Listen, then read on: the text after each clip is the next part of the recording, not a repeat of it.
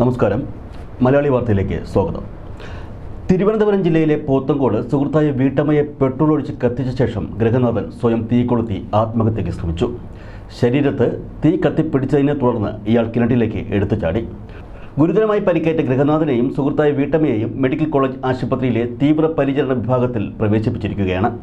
Chenkottukonam SN public സ്കൂളിന് സമീപം സോമസൗധം വീട്ടിൽ പരേതനായ അനിൽകുമാറിൻ്റെ ഭാര്യയായ 46 വയസ്സുകാരി സരിതയെയാണ് ഇവരുടെ സുഹൃത്ത് ചെല്ലമംഗലം പ്ലാവിള വീട്ടിൽ ബിനു എന്ന 50 വയസ്സുകാരൻ തീ കൊളുത്തി കൊലപ്പെടുത്താൻ ശ്രമിച്ചത്.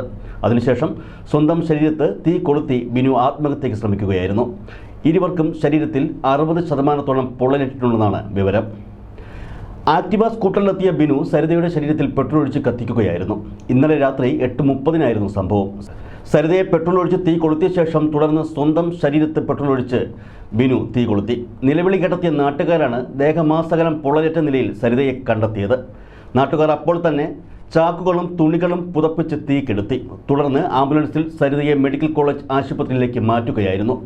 ഈ സമയം വീടിൻ്റെ പിറകിൽ ദേഹമാസകലം തീപിടിച്ച നിലയിൽ കണ്ടെത്തിയ ബിനു വേദന സഹിക്കാനാകാതെ വീട്ടിലെ കിണറ്റിലേക്ക് എടുത്തു ചാടുകയായിരുന്നു.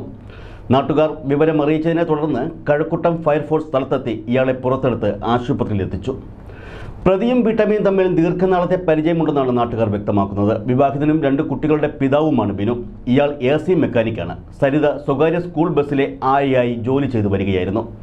സരിതയ്ക്ക് ഡിഗ്രിക്ക് പഠിക്കുന്ന ഒരു മകളുണ്ട്. പ്രതിയുടെ 2 മക്കളും സരിത ജോലി ചെയ്യുന്ന സ്കൂളിലാണ് പഠിക്കുന്നത്. സരിതയുടെ ഭർത്താവ് 10 വർഷം മുമ്പ് മരണപ്പെടുകയായിരുന്നു.